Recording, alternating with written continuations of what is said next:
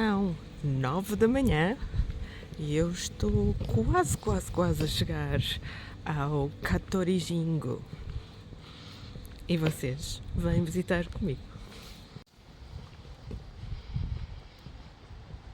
Quer vocês cheguem aqui ao Catorijingo caminhando a pé, cerca de 45 minutos a partir da estação de Katori, se vierem num passo, determinado, ou então também podem vir eventualmente de táxi, embora seja muito raro terem táxis, porque não há propriamente uma táxi Noribá, uma paragem de táxi lá em baixo.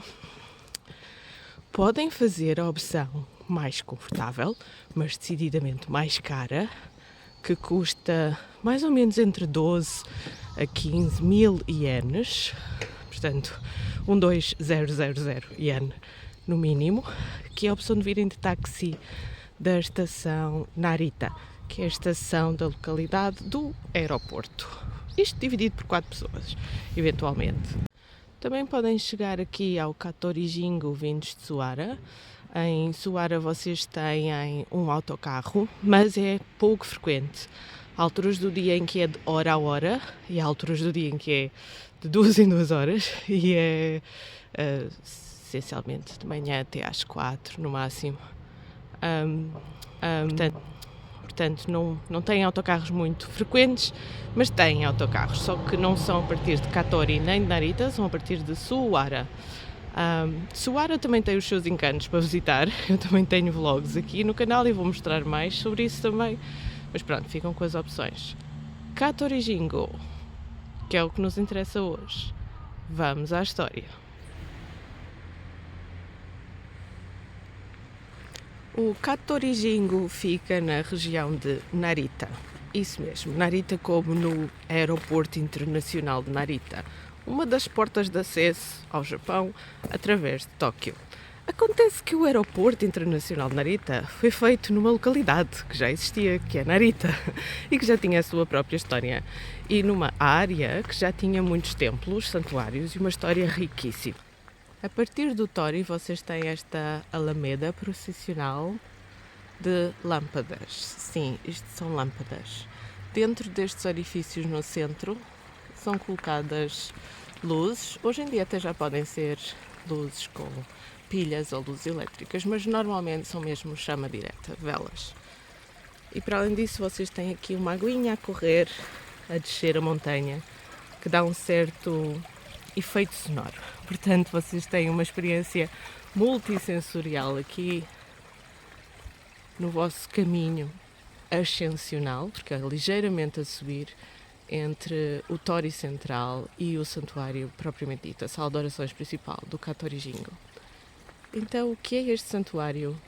Porquê é que ele está aqui numa floresta com mais de 2000 metros quadrados, uma floresta de cedros, de bambus, uma floresta lindíssima que de certo modo o isola visualmente e até auditivamente das estradas que estão à volta e do resto das infraestruturas que foram sendo criadas aqui em Shiba. O Catorijingo foi fundado aqui em 643.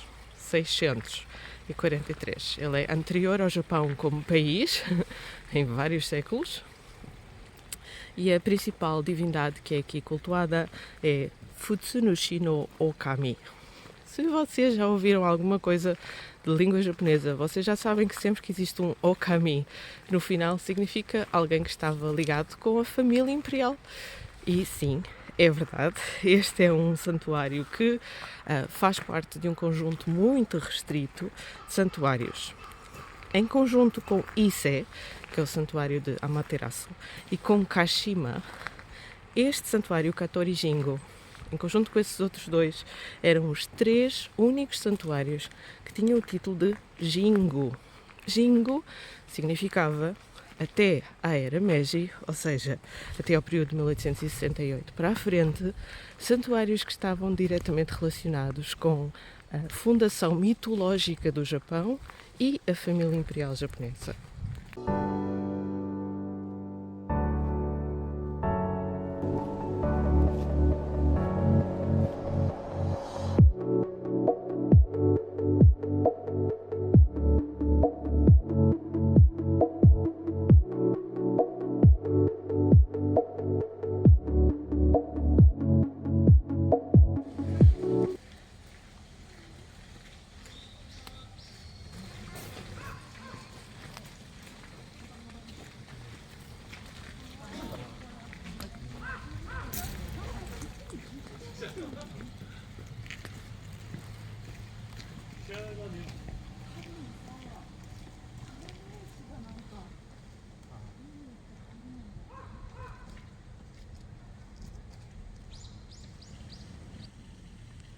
O Katori Jingu tem de facto uma data de celebração, mas é uma data de celebração com um calendário móvel, que se repete a cada 12 anos, porque tem a ver com o ciclo zodiacal oriental, o ciclo zodiacal lunar.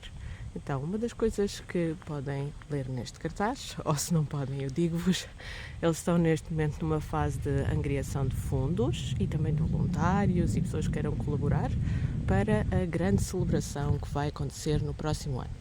Então, o próximo ano, 2026, vai ser o ano do cavalo e eles vão celebrar a sua festa regular. Portanto, é apenas no ano do cavalo. Eles vão receber representantes da família imperial e vão realizar os rituais deste santuário. E tem aqui embaixo uma fotografia do que eu suponho que tenha sido uma das edições anteriores. Isso vai decorrer em abril. Portanto, no mês de abril, a partir do dia 14, vão realizar celebrações e depois no dia 15 e no dia 16 de abril de 2026 vão realizar também celebrações.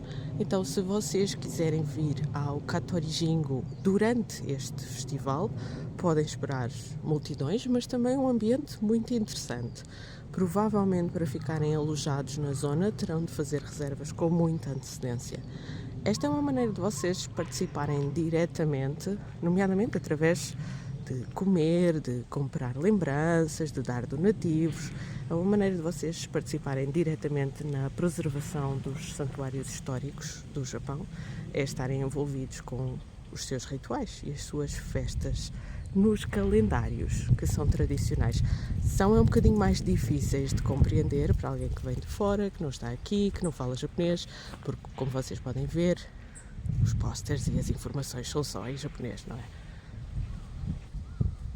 Este é outro dos pósteres explicativos.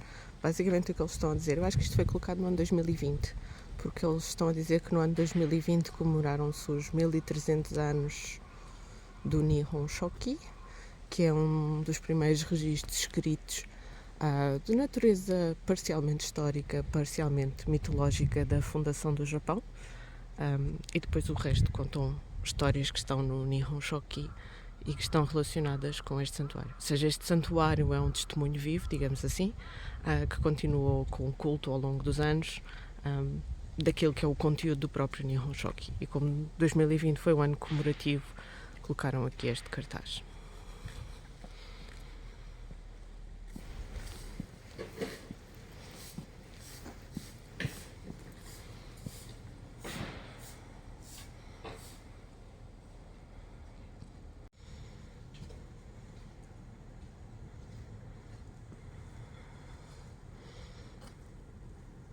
A área deste santuário é enorme. Uau!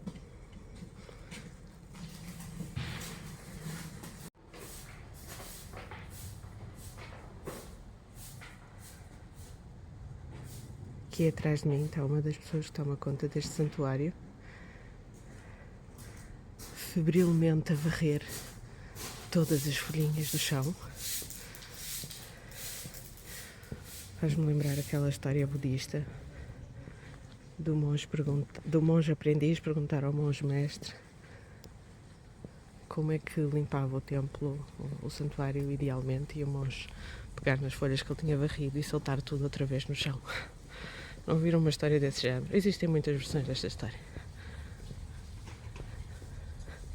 Outra vez aqui o cartaz a dizer que no ano do cavalo vão fazer a celebração deles outra vez, só a cada 12 anos.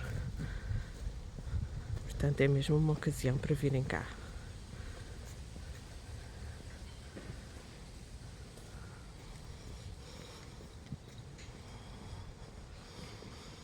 Se esta cor vos parece curiosa, estranha, invulgar, é porque é mesmo. Há muitos santuários no Japão pintados de tons avermelhados, mas ao viver cores asseguro-vos que isto é muito mais parecido com laranja fluorescente do que com vermelho.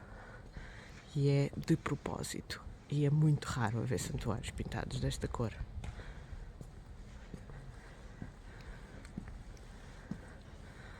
Lá está, símbolo da família imperial e também a imagem de marca dos Tokugawa, os archeiros.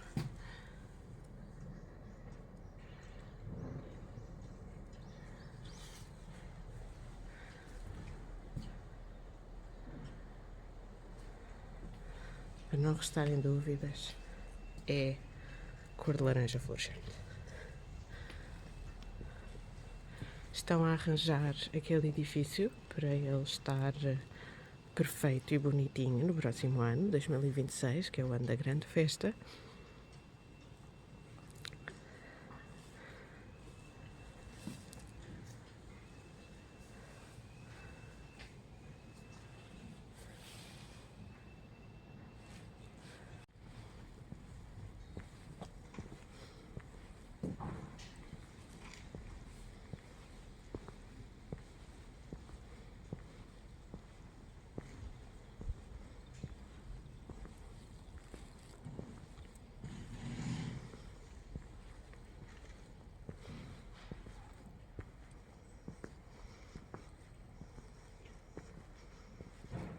Dentro das salas de oração e dentro dos espaços do santuário eu não posso filmar. Eu só posso filmar o lado de fora dos edifícios. Portanto, por mais que tente ser completa nestes vlogs, a prioridade é sempre respeitar o culto e as pessoas que cá vivem e para as quais este é um espaço sagrado.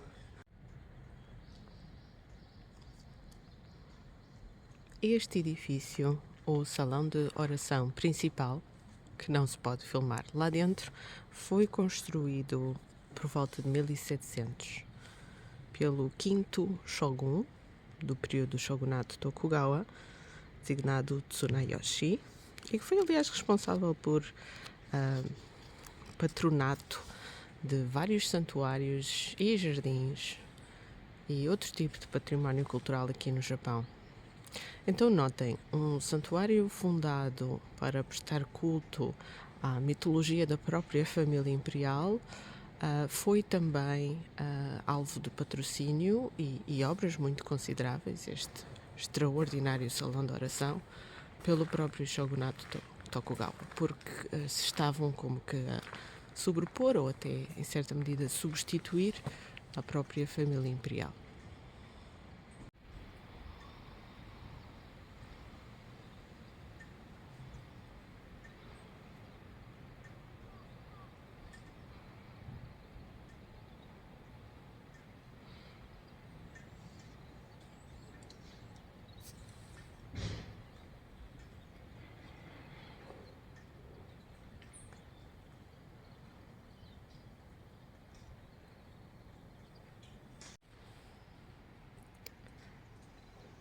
Neste santuário e em muitos outros santuários do Japão, vocês vão ver estas cordas com estes papéis em zigue-zague brancos, que significam que não devem transpor estes espaços.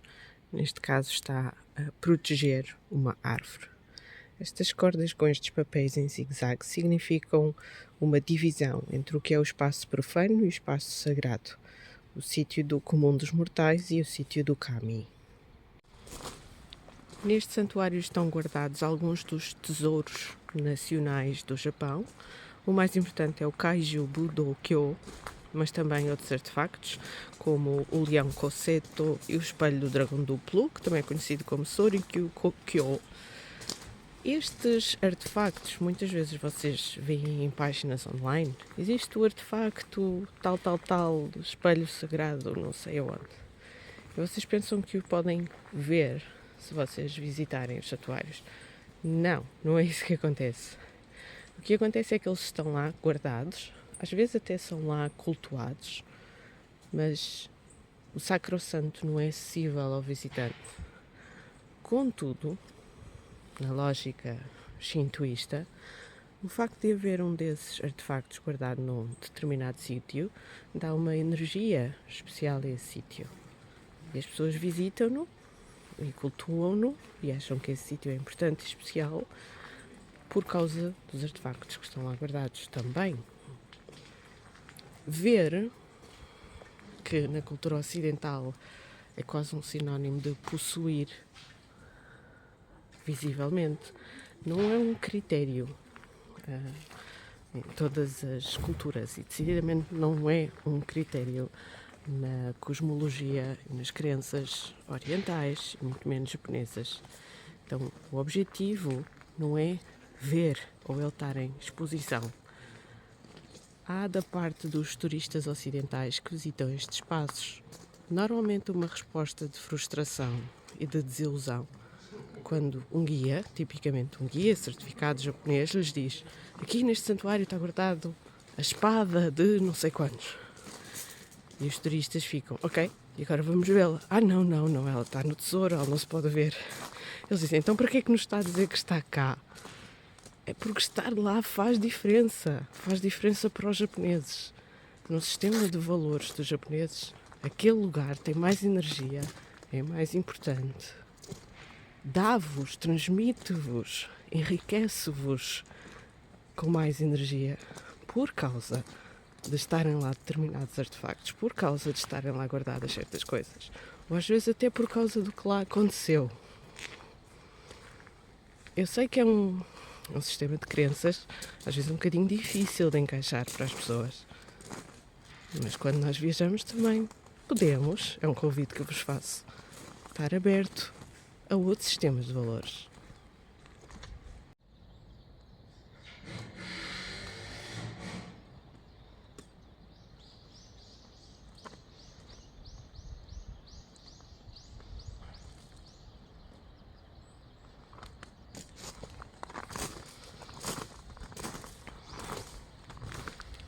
Então o Katori-Jingo está incluído numa floresta com 123 metros quadrados. Não vai dar num vlog para eu vos mostrar tudo, nem sequer para eu caminhar em toda esta área, mas vocês vão ficar com essa informação para saberem que sim, caminhadas é o que vocês podem fazer aqui e vai sempre cheirar maravilhosamente bem e ser muito agradável. Agora, não podem fazer piquenique, não podem fazer churrasco, não podem beber álcool, porque é uma floresta dentro de um santuário.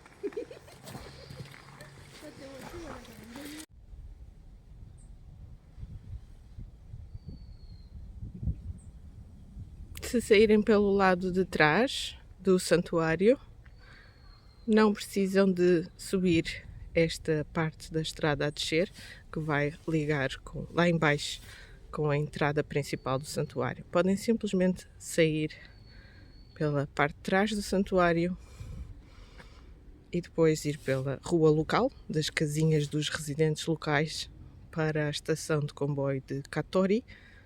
Não vai ter comboios muito frequentes, mas é uma maneira de estarem conectados em linha de comboio para onde quer que seja que vocês queiram ir a seguir.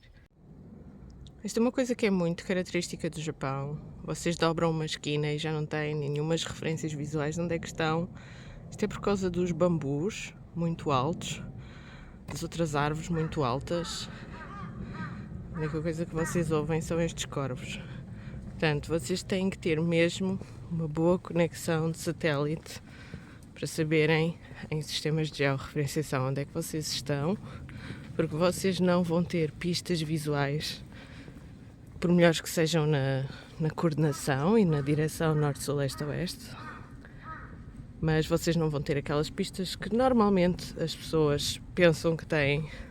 O santuário vai se ver de longe, ou como nós não estamos muito longe do aeroporto de Narita, vamos ouvir os aviões, ou qualquer coisa assim. Não, vocês não vão ter estas pistas. As florestas de bambu abafam totalmente o som e também não há propriamente visualidade. Então vocês têm que confiar nos vossos sistemas de georreferenciação. Dito isto, eu acho muito mais interessante escolher estes caminhos se forem poucas pessoas e não vierem a perturbar muito, a rir à gargalhada.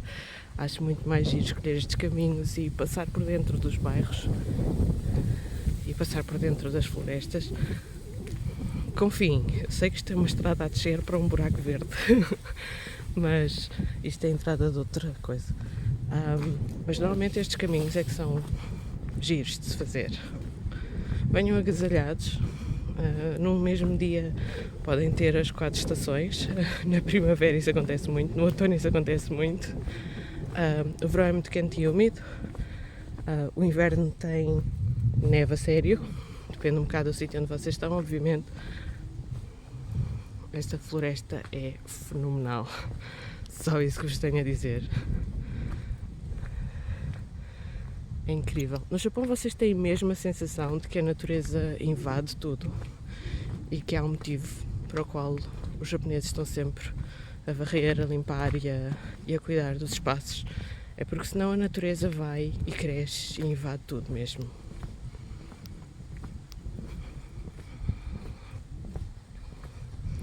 Aqui claramente houve um aluimento de terras há pouco tempo e eles tentaram limpar a estrada, mas ainda tem alguma lama, para além de folhas de fetos.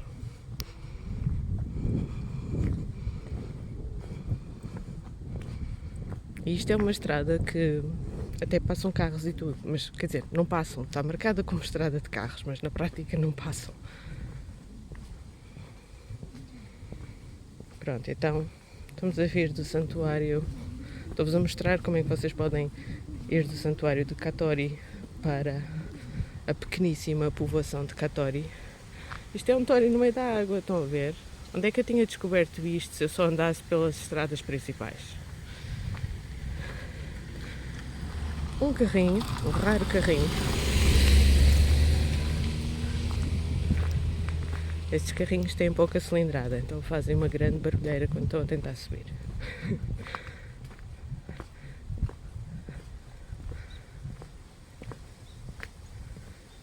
Vou-vos mostrar mais à frente.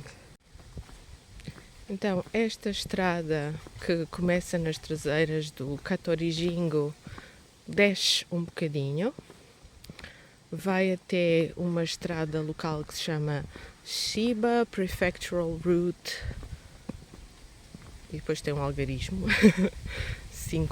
235, qualquer coisa desse género.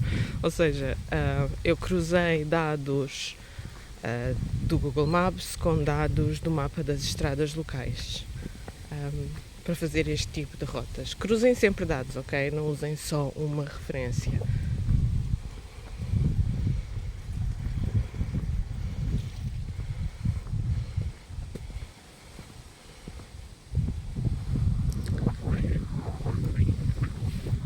Imagino que isto serão em breve campos de agricultura, eles agora estão em pousio, estamos em março, portanto o que eles fizeram foi espalhar cinzas nas terras, normalmente para tentar alcalinizar um bocadinho mais as terras, que aqui são um bocadinho ácidas. Depois deixam vir o gelo e o degelo e hidratar a terra e estar de pousio e depois é que vão fazer outra vez plantação. Normalmente é esse o ciclo aqui. E ali, lá está, o muro, o autêntico muro natural das florestas de bambu. E lá à frente já consigo ouvir os carros da estrada da prefeitura de Shiba, que é onde esta vai dar. Isto é uma caminhada muito agradável, só está a ser mais lenta porque eu vou parando e andando mais devagar para filmar, mas vocês podem fazer este caminho em meia hora à vontade. E o único declive que tem, se saírem da parte de trás do santuário, é descer. Se saírem da parte da frente do santuário, é no início a subir e depois a descer. Tive muita sorte, assim que cheguei à estação vi um comboio, entrei logo e saí em Sawara, que é onde eu estou agora. Não se esqueçam quando vocês... Isto é o barulho da estação de Sawara. Quando vocês entram num comboio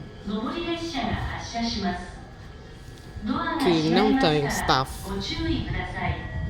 têm que tirar este papel. Este papel tira-se na carruagem do comboio ao entrar, mas só enquanto as portas do comboio estão abertas. Isto acontece em comboios e em autocarros. Portanto, se vocês entrarem, esquecerem-se de tirar este papel à beira da porta, numa apiadeiro que não tem staff e num comboio que não tem staff, se vocês se esquecerem de tirar este papel à beira da porta, entretanto a porta fecha e vocês lembram-se, tem que tirar o papel, já não vai estar disponível. Então, eu estou-vos a dar essa dica, vocês têm que tirar o papel assim que entram no comboio, porque isto é que vos vai servir agora para eu passar ali na estação e pagar à saída. A estação de Sawara é muito conveniente para vocês visitarem a Little Edo Sawara, ou seja, uma recriação do ambiente de uma post-town do período Edo. É muito acessível a partir de Narita, obviamente é na mesma linha. Tem cacifos, incluindo cacifos grandes para as vossas malas. Se vocês, por exemplo, forem na direção de Narita, porque vão ter um voo à noite e quiserem ocupar o dia a ver coisas, eu diria para vocês verem o Centro Histórico de Narita e ou o Centro Histórico de Sawara. Podem utilizar estes cacifos para as malas e saindo da estação é muito fácil irem para o Centro Histórico da Sawara, é literalmente menos de 10 minutos a pé. Sobre o bilhete do comboio que eu tirei agora, portanto tinha aquele papelinho para mostrar ao chefe da estação e custou só 190, eu dei 200 ienes, ele deu-me 10 cêntimos de ienes. Então é super acessível também, não há problema nenhum, que os transportes aqui são muito baratos, só os táxis é que são caros, mas como os comboios são pouco frequentes nestas linhas locais, pode ser uma opção a considerar. Pontos de interesse em Sawara. Vocês podem fazer logo esta rua aqui que começa à frente da estação, irem ao Suajinja, que é o outro santuário grande aqui da zona, ou podem encaminhar-se para a zona do canal, e aqui é que se concentra as atrações históricas, como por exemplo Ino Tadakata Museum e até a casa dele. Qual é a importância do Sr. Tadaka? É o primeiro, digamos que o autor do primeiro mapa japonês. O Japão tinha o seu próprio sistema de cartografia, mas até Ino Tadaka não havia propriamente um mapa que incluísse todo o território japonês em cartografia cientificamente atualizada, updated to the times. Então, a casa dele e o museu dele é sobre isso, muito importante para a história do Japão. Também existem aqui outras coisas interessantes, como o Float Exhibition Hall, porque aqui nestes canais faz-se um festival com barcos decorados, digamos que barco andor, um barco e um andor ao mesmo tempo. Mesmo que vocês não venham na altura do festival, vocês podem ver os barcos andores aqui no Float Exhibition Hall, e que tem um horário muito, muito alargado. Também há uma zona de sakura em flor, claro, quando está na época dela estar em flor.